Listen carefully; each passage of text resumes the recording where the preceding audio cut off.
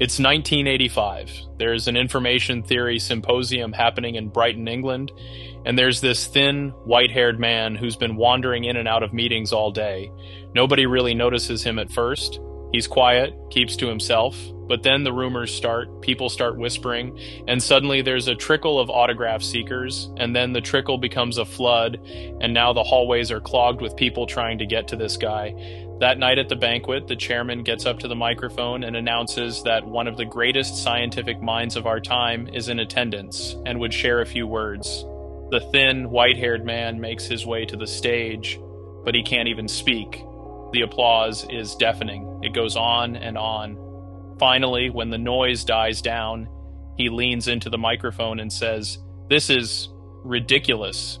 And then, because he has nothing else to say, he reaches into his pocket, pulls out 3 balls, and starts juggling. After it was over, someone asked the chairman to put into perspective what had just happened, and the chairman said it was as if Newton had showed up at a physics conference. The juggler's name was Claude Shannon, and by 1985 his work was long over and just beginning. It had been nearly 4 decades since he'd published what people would come to call the Magna Carta of the information age. He had invented in a single stroke the idea of information itself, and yet the world his idea made possible was only just coming into being. Now we live immersed in that world. Every email you've ever sent, every video you've ever streamed, every web page you've ever loaded, all of it bears a debt to Claude Shannon. But here's the thing. This isn't just a story about one genius. It's a story about a place, an institution, a factory. Not a factory that made things, but a factory that made ideas. Today's episode draws from 2 incredible books, and I want to give credit where it's due because the research here is extraordinary. The first is The Idea Factory, Bell Labs, and the Great Age of American Innovation by John Gertner. The second is A Mind at Play, How Claude Shannon Invented the Information Age by Jimmy Soni and Rob Goodman. If you want to go deeper on any of this, those are your sources. I'm basically going to tell you about the best parts of both books and how they connect. So let's start at the beginning, and the beginning isn't Claude Shannon, the beginning is a monopoly, a vicious, aggressive, hated monopoly. We think of AT&T as Ma Bell, right? This gentle, reliable utility company, the phone company, but that image was the product of one of the great public relations machines in corporate history, because in its first few decades, AT&T was anything but gentle. People called it the Bell Octopus. It was ruthless, rapacious, grasping. One of the company's own lawyers admitted that Bell had a monopoly more profitable and more controlling and more generally hated than any ever given by any patent. From the very beginning, the Bell Company was ferociously litigious. The lawsuits started the moment Alexander Graham Bell filed his patent for the telephone. There was a guy named Elisha Gray who claimed he deserved the patent, and they fought over it for years. And once Bell won that fight, the company just kept fighting. It crushed competitors. It bought out anyone it couldn't crush. It was an endless annoyance, as one congressional committee put it. But then something changed. Bell's original patents expired in the 1890s, and suddenly there was actual competition. Independent phone companies started popping up everywhere, signing up subscribers in numbers that rivaled AT&T. The company that had dominated through sheer aggression was now struggling, and that's when Theodore Vail showed up. Vail became AT&T's president in 1907, and if you saw a picture of him, you'd think he was a caricature of a Gilded Age executive. Rotund, jowly, white walrus mustache, round spectacles, silver hair. He looked like a robber baron. But here's what made Vail different. He was a strategic genius. He understood something that the people running AT&T before him had missed. Vail saw that the costs of competition were making the phone business far less profitable than it had been. In his first year, he issued a frank report admitting that the company had amassed an abnormal indebtedness. So he started thinking differently. He realized you couldn't just muscle your way to a monopoly anymore. You had to earn it. You had to make people believe that a monopoly was actually good for them. So that's exactly what he did. Vail started arguing that telephone service had become necessary to existence. He insisted that the public would be best served by a technologically unified and compatible system, and that it made sense for a single company to be in charge of it. He accepted government regulation in exchange for a cleared path to dominance. and he came up with a slogan that became the company's core philosophical principle. One policy, one system, universal service. Now, at this point, that was basically wishful thinking. AT&T didn't have universal service. It didn't even have national service. The closest you could get to a long-distance call was New York to Chicago. But Vail wasn't just thinking about next quarter. He was thinking about the next 50 years. As one historian put it, Vail's strategy would measure the company's progress in decades instead of years. And here's where it gets interesting for our story. Vail understood that if AT&T was going to justify its monopoly, it needed to be a technological leader. It needed legions of engineers working unceasingly to improve the system. But more than that, it needed to solve problems that seemed impossible. In the fall of 1910, a guy named Frank Jewett went to visit his old friend Robert Millikan at the University of Chicago. Jewett worked for AT&T, and he didn't waste any time with small talk. He said, "Mr. John J. Carty, my chief, and the other higher-ups in the Bell system have decided that by 1914, when the San Francisco Fair is to be held, we must be in position, if possible, to telephone from New York to San Francisco. Now, to understand why this was crazy, you have to understand how phones worked. Voice signals weaken as they travel through wire. By 1910, AT&T's engineers had figured out that with the best available technology, phone signals could only travel about 1,000 miles before they became too faint to hear. New York to San Francisco is almost 3,000 miles. The technology to do it simply didn't exist." Jewett laid out the problem. Did we know how to develop such a repeater? No. Why not? Science hadn't yet shown us the way. Did we have any reason to believe we would discover a suitable method? Not much. But they said yes anyway. They committed to solving a problem before they knew how to solve it. And here's the key decision. They didn't just hire more engineers. They went to the universities and started hiring physicists, scientists, people who understood the fundamental nature of things, not just how to build better equipment. One of the people Millikan recommended was a young physicist named Harold Arnold. Arnold figured out how to modify something called an audion tube to amplify voice signals. And on January 25th, 1915, Alexander Graham Bell, now an old man living in New York, picked up a phone and called his former assistant Thomas Watson in San Francisco. It was the first transcontinental phone call in history. AT&T had done the impossible.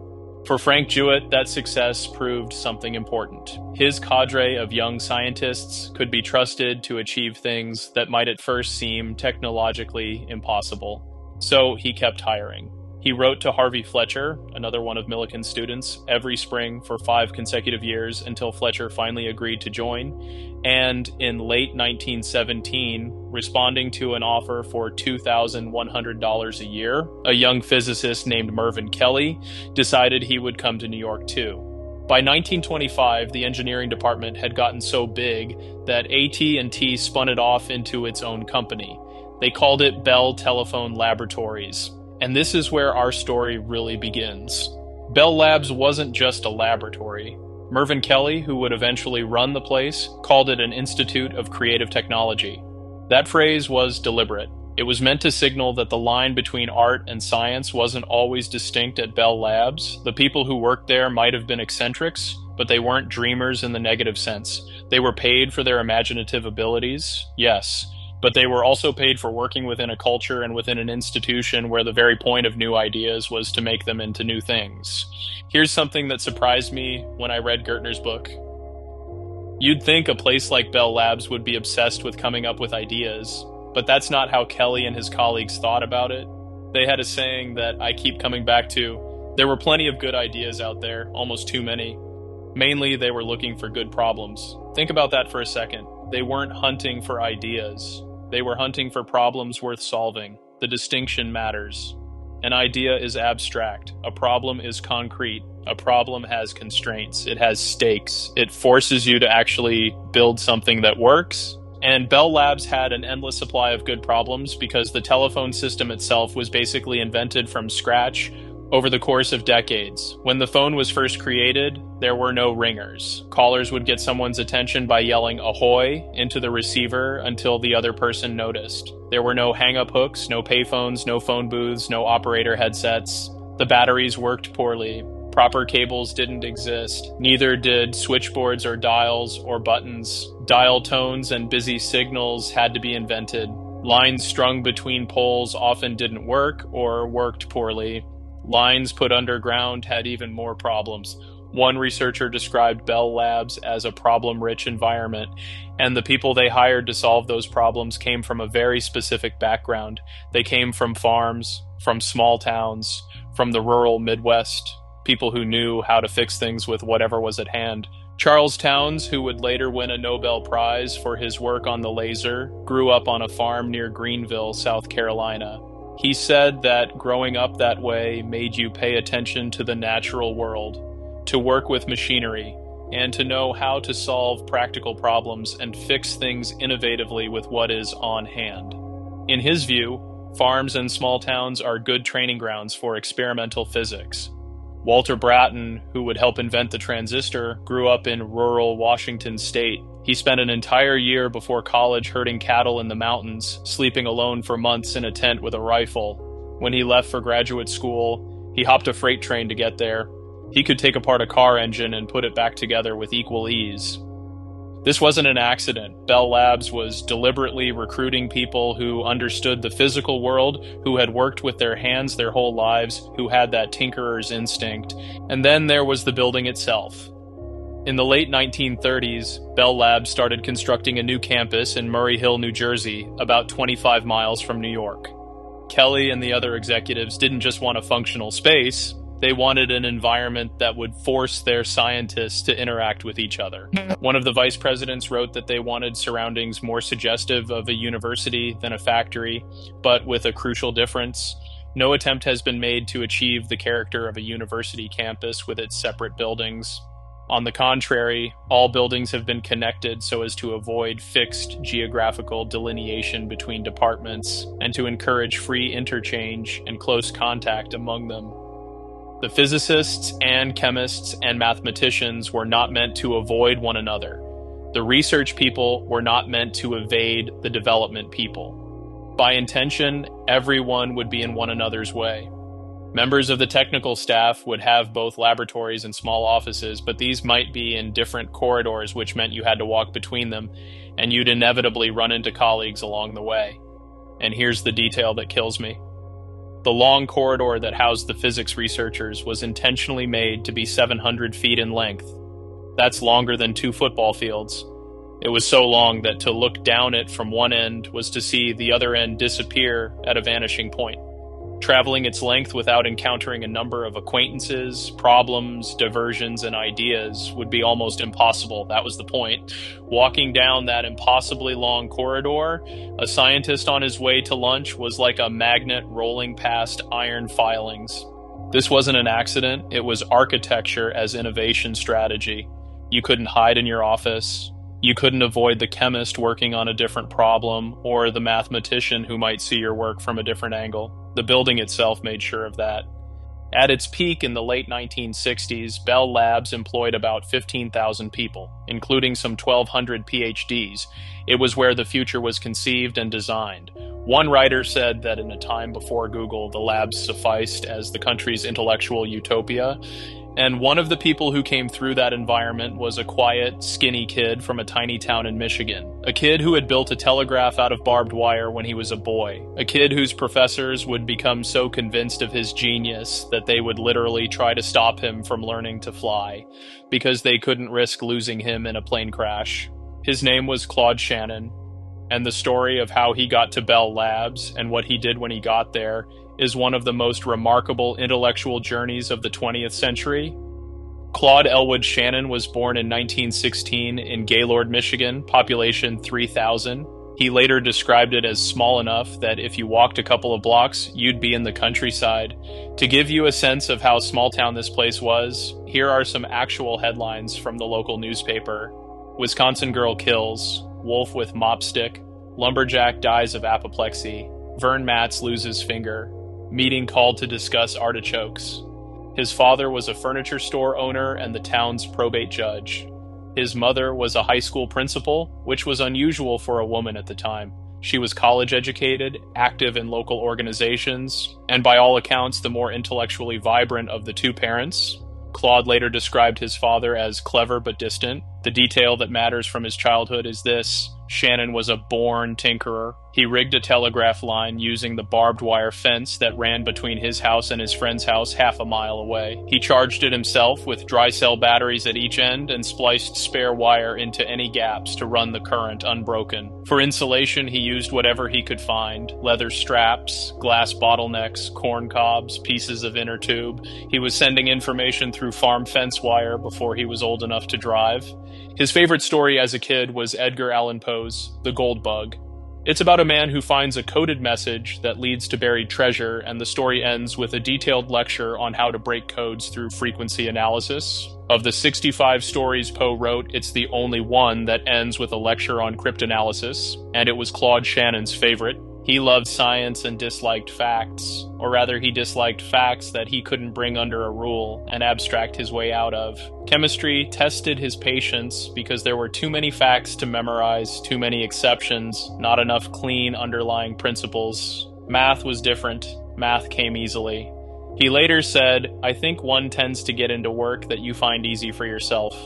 In 1936, Shannon was finishing his undergraduate degree at the University of Michigan when he saw a typed postcard tacked to an engineering bulletin board.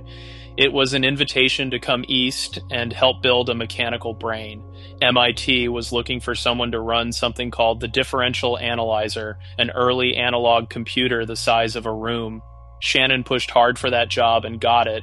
He would later call it one of the luckiest things in his life. The differential analyzer was a marvel and a monster. It was what one writer called a fearsome thing of shafts, gears, strings, and wheels rolling on disks. It could solve complex mathematical problems that would take humans weeks to work through. And Shannon's job was to maintain it, to set it up for different problems, to keep all those gears and wheels turning smoothly. But here's what happened. As Shannon worked on the machine, he became fascinated by the electrical switches that controlled it. These were relays, magnetic switches that clicked open or closed when current was applied or cut off, and Shannon started to realize something. The open or closed position of a relay could stand for more than just on or off.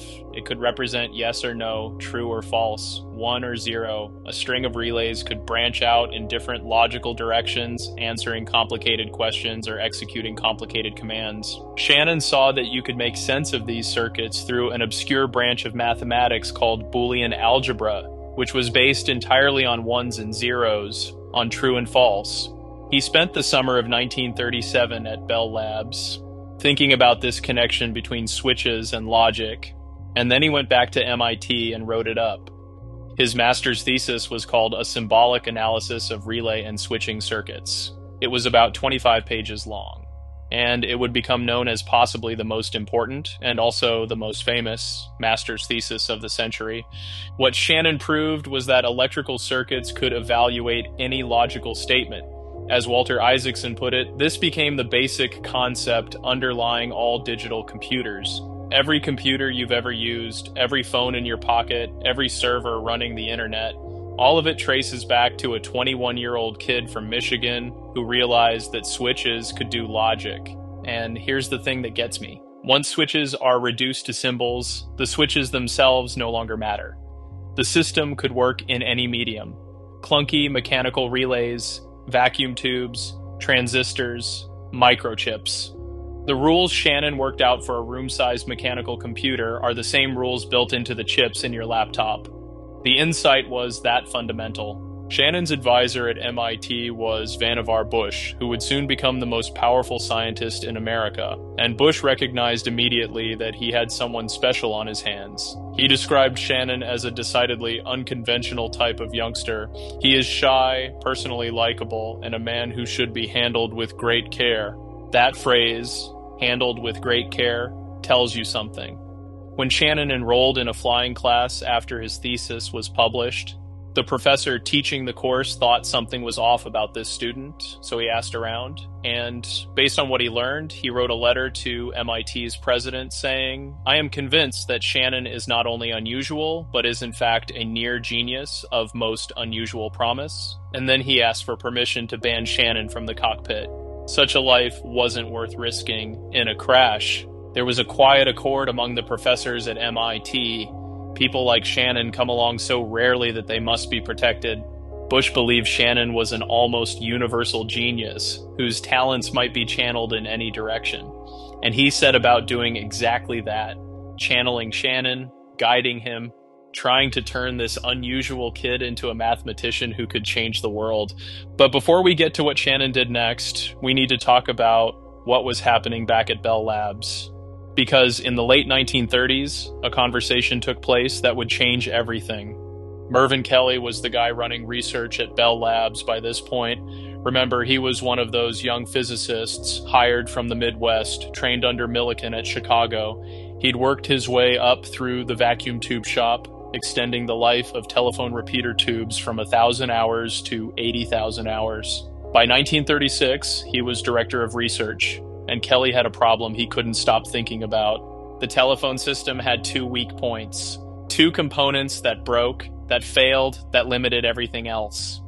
The first was vacuum tubes. These were the amplifiers that made long-distance calls possible, the descendants of Harold Arnold's work on the transcontinental line. But vacuum tubes were fragile. They were difficult to make. They required enormous amounts of electricity and gave off tremendous heat. They burned out constantly. The second weak point was switching relays. These were the mechanical devices that routed each call through the network to the right destination. They were delicate. They had metal contacts that wore out. They clicked open and closed, which made them slow. And because the phone system was growing exponentially, AT&T needed more and more of these switches, and more of them were failing. Kelly had a vision. What if you could replace both of these things, the tubes and the switches, with something solid, something with no moving parts, no filaments to burn out, no contacts to wear down, something that operated only by electrical pulses? In 1936, Kelly pulled aside a young physicist he'd recently hired from MIT. The physicist's name was William Shockley, and Kelly gave him a lecture that Shockley would remember for the rest of his life. Kelly said he looked forward to the time when they would get all the relays that make contacts in the telephone exchange out of the telephone exchange and replace them with something electronic so they'd have less trouble. That was the challenge. Build solid-state switches, build solid-state amplifiers, replace the fragile guts of the telephone system with something that couldn't break. Shockley was the right guy to hear this challenge. He was brilliant, competitive, and absolutely relentless. He'd grown up in Palo Alto, the son of a mining engineer, and he'd been building things and taking things apart since he was a kid. One of his colleagues later said that Shockley was the quickest mind he'd ever known. Even at Bell Labs, a place where everyone was fast on their feet, Shockley was faster. When Shockley said something, another colleague recalled, you recognized it was right. But the war intervened. From 1941 to 1945, Bell Labs pivoted almost entirely to military work. Shockley spent the war years working on radar and anti-submarine warfare and operations research. He was good at it, good enough to be awarded the Medal of Merit. But the war also revealed something about Shockley that would matter later. He was terrible at managing people. Whatever his friend Jim Fisk found easy and natural, relaxing a room full of scientists, giving people freedom to do their work, Shockley found difficult. He simply could not get the hang of it. When the war ended, Kelly moved fast. He reorganized the Murray Hill staff and started promoting younger men who understood solid-state physics. Shockley was one of them. And Kelly gave Shockley what he wanted, a team dedicated to understanding semiconductors well enough to build something useful out of them. Semiconductors are materials that sit between conductors and insulators. Copper conducts electricity easily. Glass doesn't conduct at all. But materials like silicon and germanium are somewhere in between, and their electrical properties can be manipulated in strange and useful ways. Physicists had been poking at semiconductors for decades, but nobody really understood what was happening inside them at the atomic level. Shockley assembled his team. The key players were John Bardeen, a theorist, and Walter Brattain, an experimentalist. Bardeen was quiet and deeply thoughtful. Brattain was the guy who'd herded cattle in the mountains and hopped freight trains. He could build anything. Together with Shockley and a rotating cast of other researchers, they set out to understand semiconductors well enough to make Kelly's vision real. The formal purpose of the group was not so much to build something as to understand it.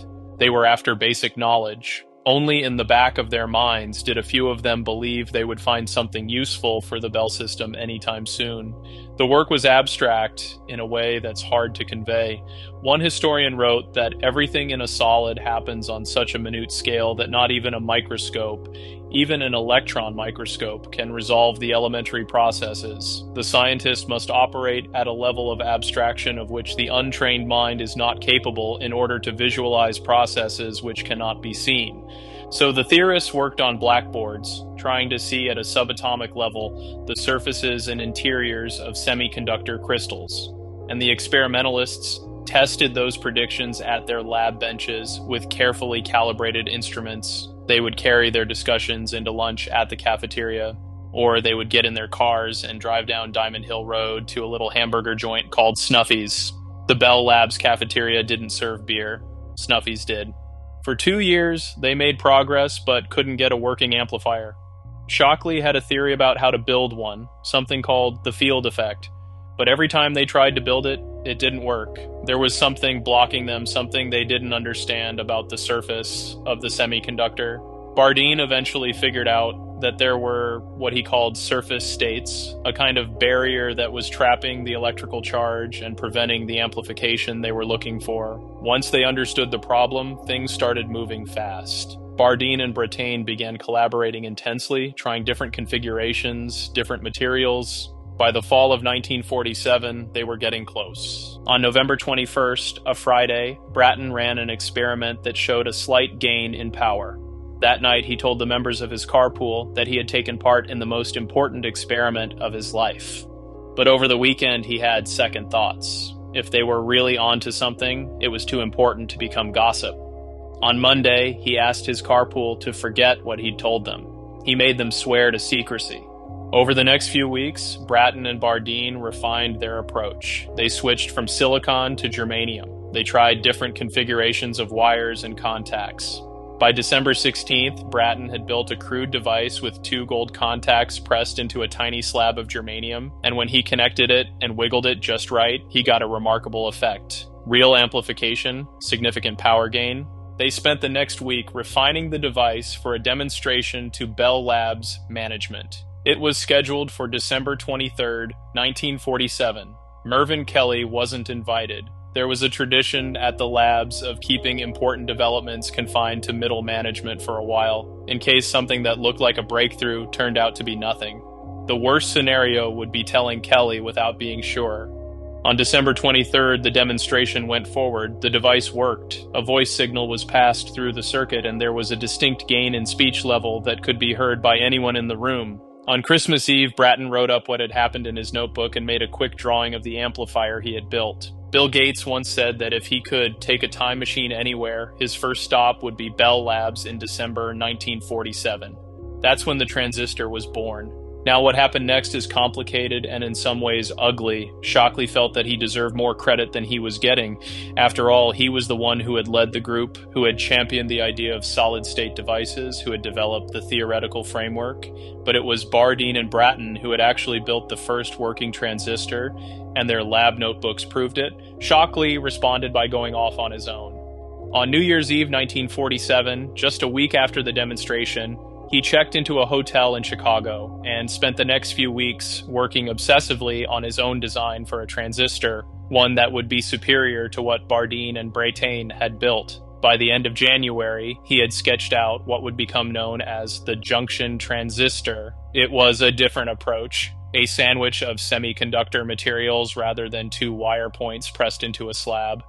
And in some ways it was better, more reliable, more practical, easier to manufacture. The irony was that Shockley's junction transistor couldn't actually be built yet. The metallurgy was too difficult. It would take years before anyone could fabricate the materials he described. So for a moment, Shockley's phantom invention had improved upon another invention that wasn't yet useful in any meaningful sense. The point contact transistor was a device that had never been manufactured, had never been sold, and was still so secret that maybe only a few dozen people in the world knew it existed. The unveiling of the transistor happened on June 30th, 1948, at a modest press conference in Bell Labs' West Street office in Manhattan. Most newspapers didn't know what to make of it. The New York Times buried the story on page 46, 4 paragraphs in a column called "The News of Radio." The little device, smaller than a pencil eraser, didn't look like much, but the scientists knew what they had. Here's something important from Gertner's book about what happened next. The transistor was a discovery. It was an invention, but it was not yet an innovation. And that distinction matters. A discovery is when you observe something new about the natural world. An invention is when you build something that works. But an innovation is the lengthy and wholesale transformation of an idea into a technological product or process meant for widespread practical use. Almost by definition, a single person or a small group can't do that alone. It takes hundreds or thousands of people, resistance and obstacles, genius and luck and timing and money.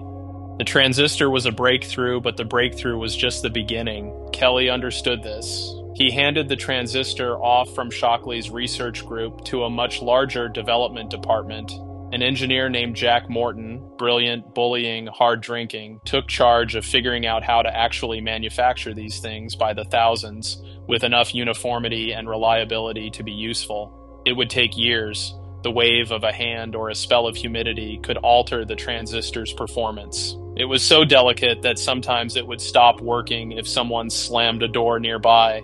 Meanwhile, 9 years later, in 1956, Bardeen, Brattain, and Shockley were awarded the Nobel Prize in Physics. Kelly knew the prize reflected well on him and on Bell Labs. But, as it turned out, the most important event of 1956 wasn't the Nobel. It was something else entirely. But that's a story for another time. What matters for our purposes is this. The transistor was announced to the world in the summer of 1948.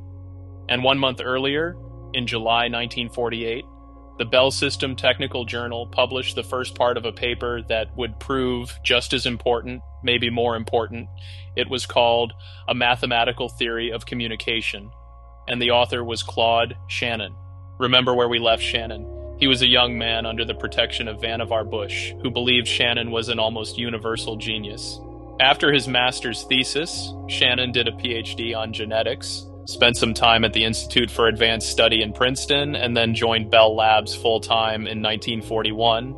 During the war, Shannon worked on cryptography. He was part of a team building something called Sig-Say-Lee, a massive encrypted voice communication system that connected Roosevelt and Churchill across the Atlantic. The system was absurd by modern standards, 40 racks of vacuum tube equipment weighing 55 tons, taking up 2,500 square feet, requiring 30,000 watts of power.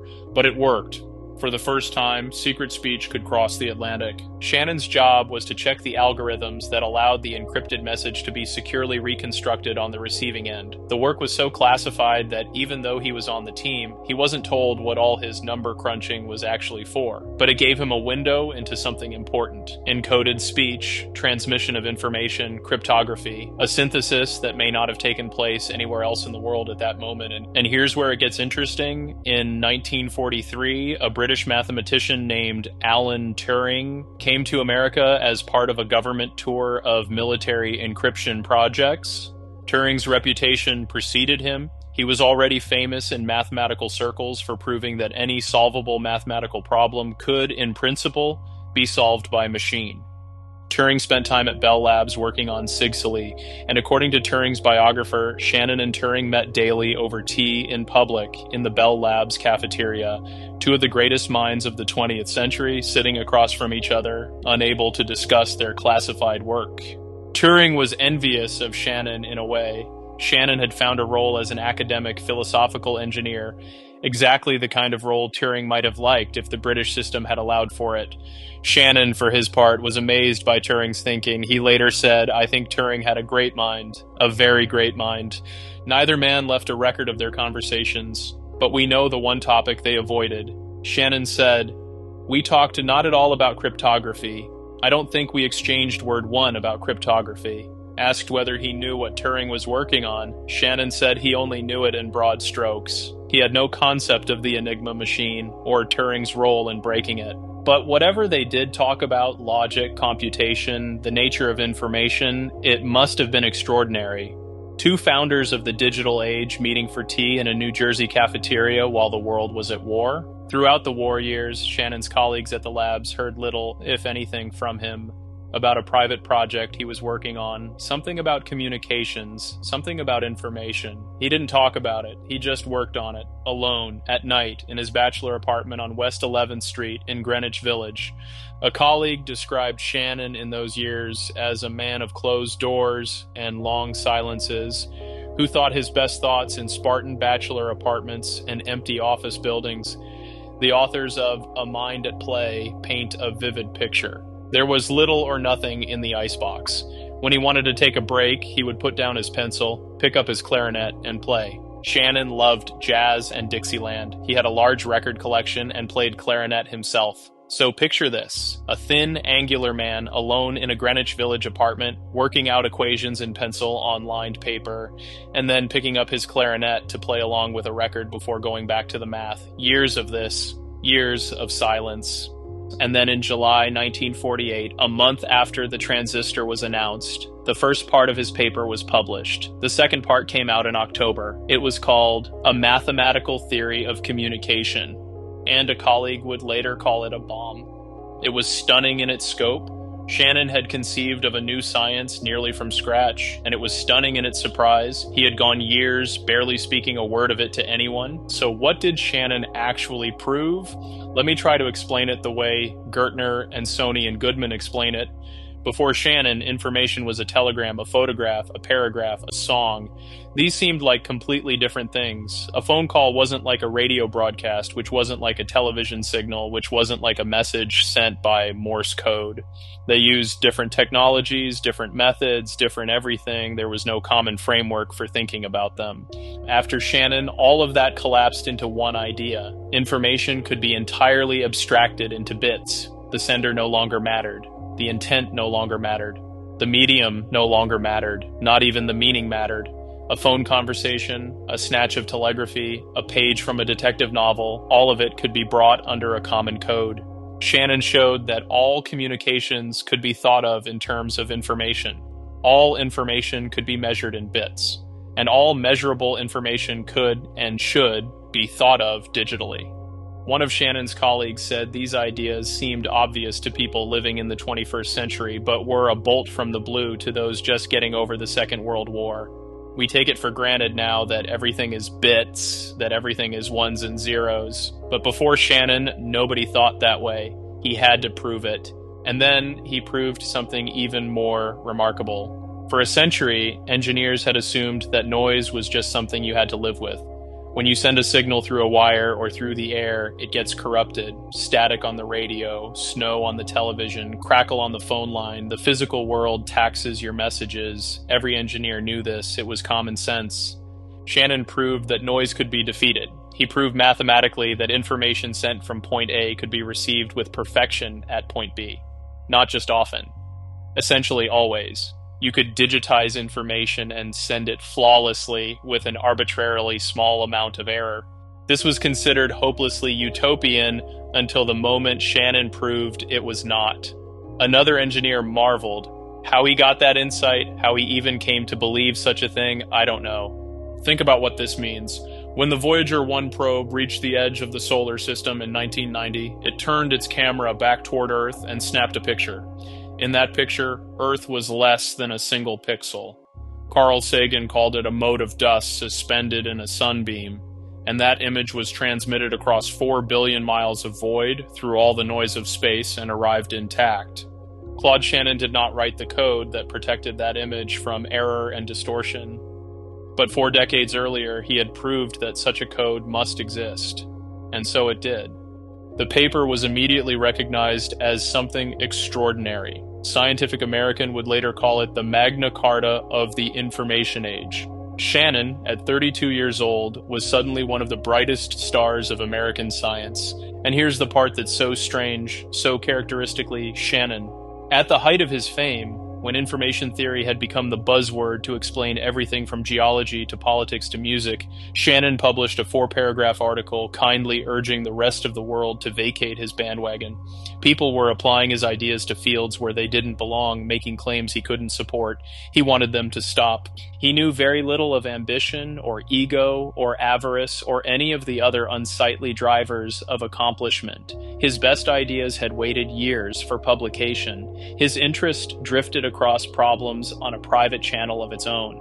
Having completed his path-breaking work by the age of 32, he might have spent his remaining decades as a scientific celebrity, another Bertrand Russell or Albert Einstein or Richard Feynman, someone who shows up on magazine covers and gives speeches about the future.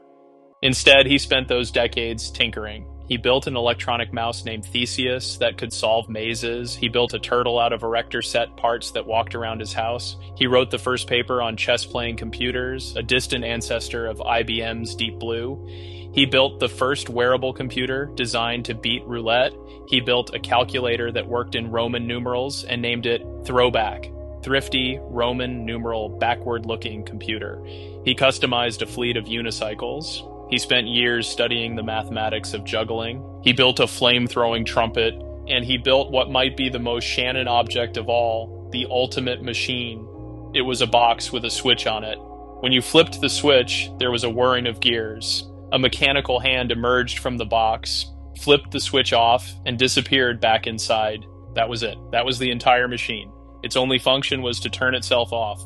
Claude Shannon was self-effacing in much the same way. Here's what Sony and Goodman wrote about him. His was a life spent in the pursuit of curious, serious play. He was that rare scientific genius who was just as content rigging up a juggling robot or a flame-throwing trumpet as he was pioneering digital circuits. He worked with levity and played with gravity. He never acknowledged a distinction between the two. His genius lay above all in the quality of the puzzles he set for himself. Late in life, an interviewer asked Shannon, "What's your secret in remaining so carefree?" And Shannon answered, "I do what comes naturally, and usefulness is not my main goal. I keep asking myself, how would you do this? Is it possible to make a machine do that? Can you prove this theorem? Usefulness is not my main goal." That's a hell of a thing to say, especially from a man whose work is embedded in every piece of technology we use. But Shannon meant it. For him, the world wasn't there to be used, it was there to be played with. There's a beautiful passage in A Mind at Play about this. The authors write, "There are passionate scientists who are almost overcome by the abundance of the world, who are gluttons for facts. And then there are those who stand a step back from the world, their apartness a condition of their work." Shannon was one of this latter kind, an abstracted man. But an abstracted man might also have it in him to be playful or funny, indeed might be especially suited for that. To love the things around us and yet to also see them as cheap stand-ins for the real reality of numbers, theorems, and logic might, to the right temperament, give the world the appearance of a permanent joke. Shannon was an atheist, and he seems to have come by it naturally, without any crisis of faith. When an interviewer asked him about the origins of human intelligence, he said matter-of-factly, "I don't happen to be a religious man, and I don't think it would help if I were." And yet there was something almost spiritual about the way he saw the world. The visible world was just a surface. Underneath were patterns, rules, structures. And if you could see those structures clearly enough, you could play with them. You could make the world do tricks. He was a tinkerer to the end of his life. He worked with his hands long after he had any need to, but unlike other tinkerers, he had a way of getting behind things. He loved the objects under his hands, right up to the point when he abstracted his way past them. Switches weren't just switches. They were a metaphor for math. Juggling wasn't just juggling, it was physics and equations. Most important of all, he abstracted his way past all of human communication to the structure and form that every message holds in common. The marks of his playful mind are imprinted on all of his deepest insights. The mind that wondered how a box of electric switches could mimic a brain. The mind that asked why no one ever decides to say XFOML, RXKHR, JFF, JUJ. That's not a typo. Shannon actually studied why some strings of letters never appear in human language, and others do. It was one of his paths into information theory. He made it into a game. Maybe it's too much to presume that the character of an age bears some stamp of the character of its founders, but it would be pleasant to think that so much of what is essential to ours was conceived in the spirit of play. So let's step back and take stock of what we're talking about here. What actually came out of Bell Labs? The transistor, the foundation of every digital device you own, the thing that made computers small enough to fit in your pocket instead of filling a room. Information theory, the mathematical framework that made the internet possible, the proof that you could send data across any distance through any noise and get it back perfectly, but that's just the beginning. Bell Labs invented the laser. Charles Townes and Arthur Shallow published the theoretical framework in 1958, and Townes won the Nobel Prize for it. Every fiber optic cable, every barcode scanner, every laser surgery, that traces back to Murray Hill. They invented the solar cell. Not the concept, but the first practical silicon solar cell in 1954. Three researchers named Gerald Pearson, Calvin Fuller, and Darrell Chapin built a device that could actually convert sunlight into usable electricity. The press called it a solar battery. It was the first truly usable solar power device in history. They invented Unix. In 1969, Ken Thompson and Dennis Ritchie created an operating system that would become the foundation of Linux, of Mac OS, of Android. Ritchie also created the C programming language, which is the ancestor of most programming languages used today. They discovered the cosmic microwave background radiation. In 1964, two Bell Labs researchers named Arno Penzias and Robert Wilson were working on satellite communications when they picked up a strange signal, a hiss that wouldn't go away. They checked their equipment. They cleaned pigeon droppings off their antenna. The hiss persisted. What they had found, completely by accident, was the echo of the Big Bang, the afterglow of the creation of the universe. They won the Nobel Prize for it. They invented the charge-coupled device, the CCD, which is the sensor in every digital camera. Nobel Prize in 2009. They invented touch-tone dialing, the modem, the first communication satellite, the cellular network concept. 9 Nobel Prizes came out of Bell Labs. Over 33,000 patents. At its peak, 15,000 employees, 1,200 of them PhDs. And it wasn't just the inventions themselves. It was what the inventions made possible. The transistor didn't just replace vacuum tubes. It made computers small enough and cheap enough to become personal. It made phones smart. It made the entire digital economy possible. Millions of engineers and countless entrepreneurs have built their businesses upon the lab's foundational inventions, which were often given away for next to nothing. That's not an exaggeration. After the transistor was invented, Bell Labs licensed the patents to anyone who wanted them for $25,000. That was it. They held symposiums to teach other companies how to manufacture transistors. They shared everything. A young company called Texas Instruments sent people to learn. So did a company in Tokyo called Sony. The semiconductor industry, that would eventually be worth trillions of dollars, grew directly from Bell Labs' decision to spread its invention around rather than hoard it.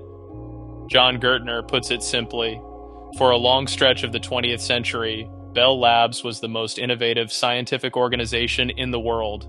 And here's what kills me. So many of these inventions weren't planned. The cosmic microwave background was discovered by people trying to fix what they thought was a problem with their antenna. The solar cell came from researchers who were working on something else entirely and stumbled onto the right combination of materials.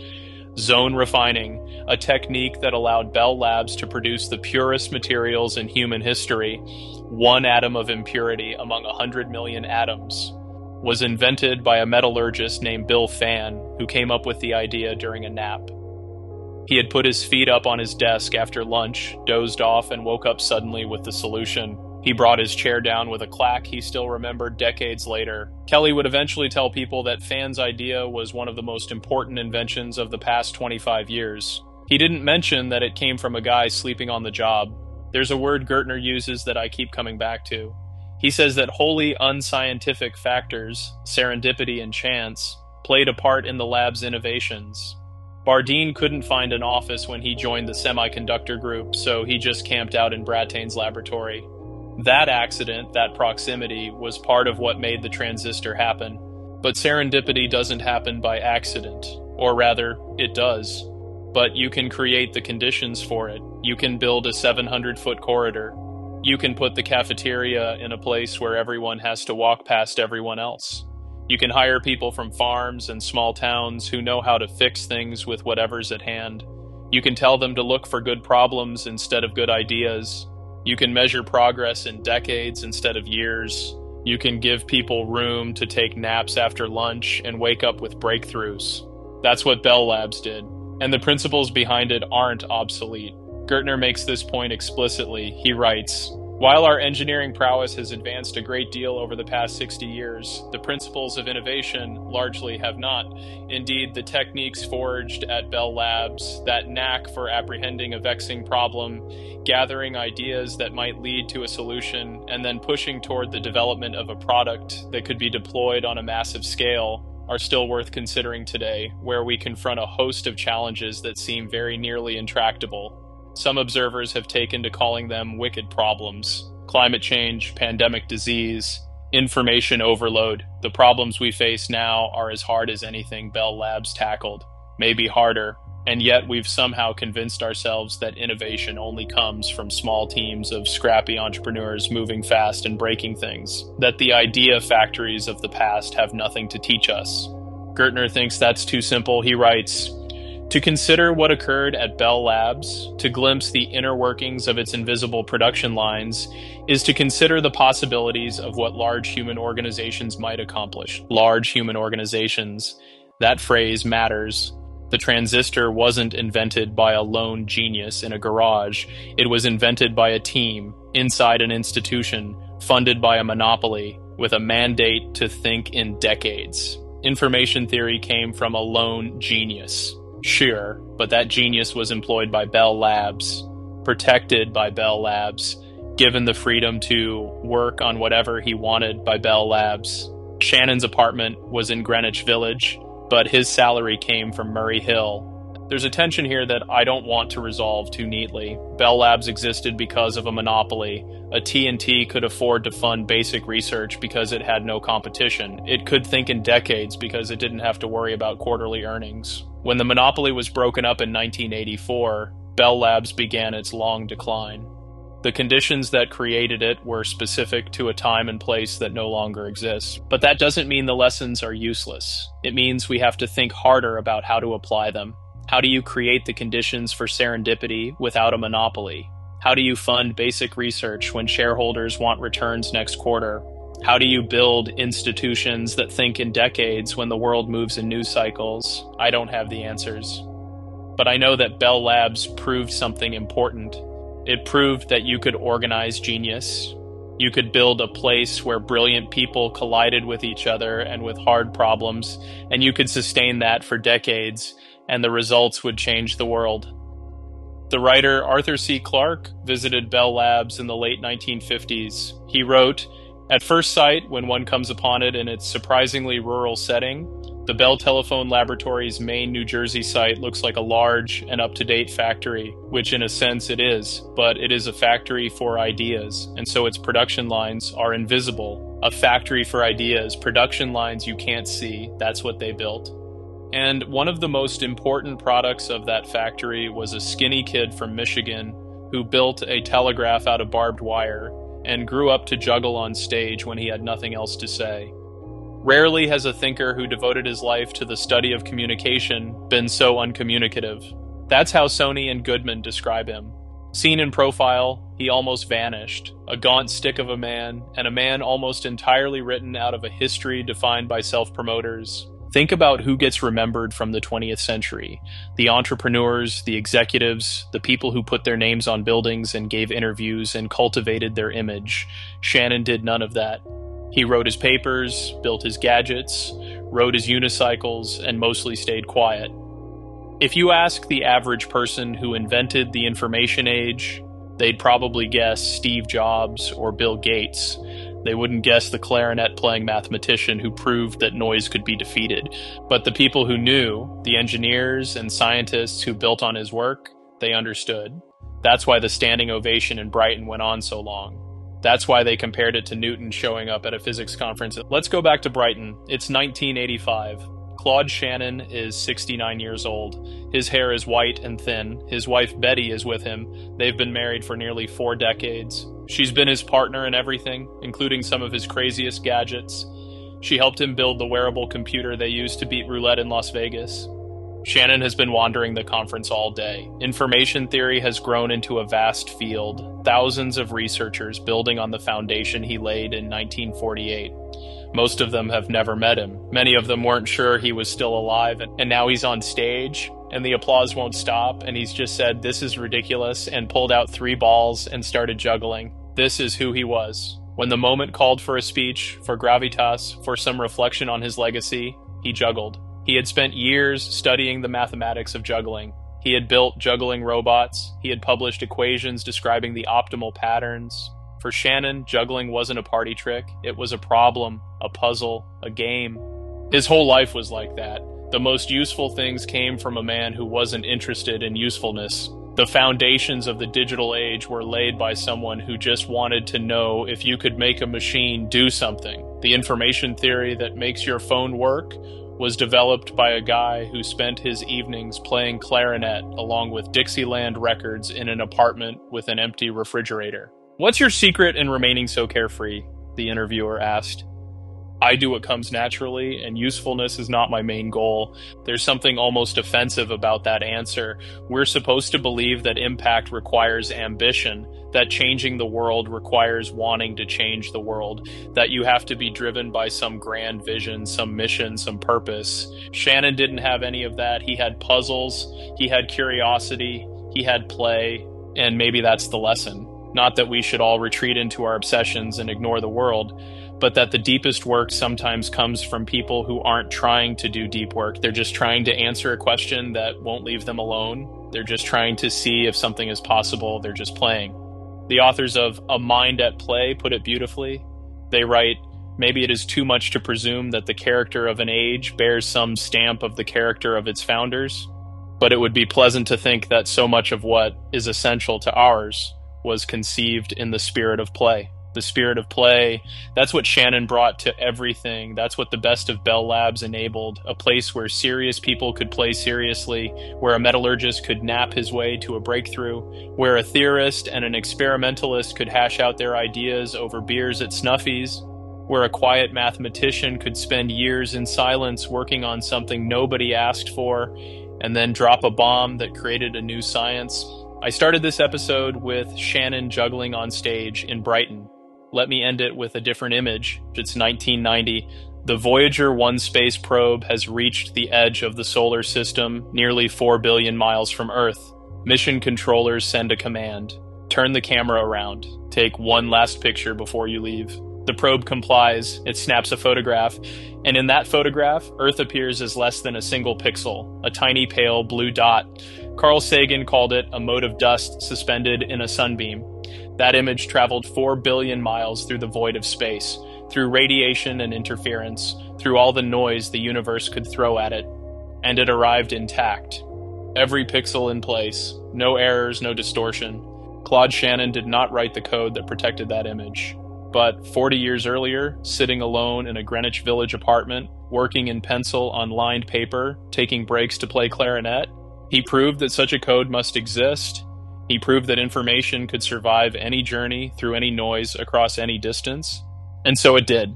That's the legacy. Not just the theorems, not just the papers, but every piece of information that moves through the world without being destroyed by it.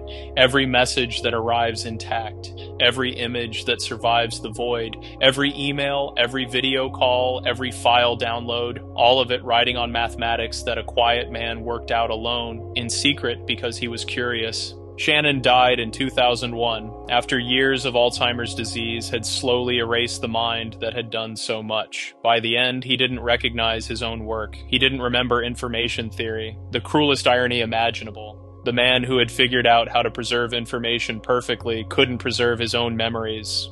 But the work remained. The work always remains. That's what Shannon proved, in a way.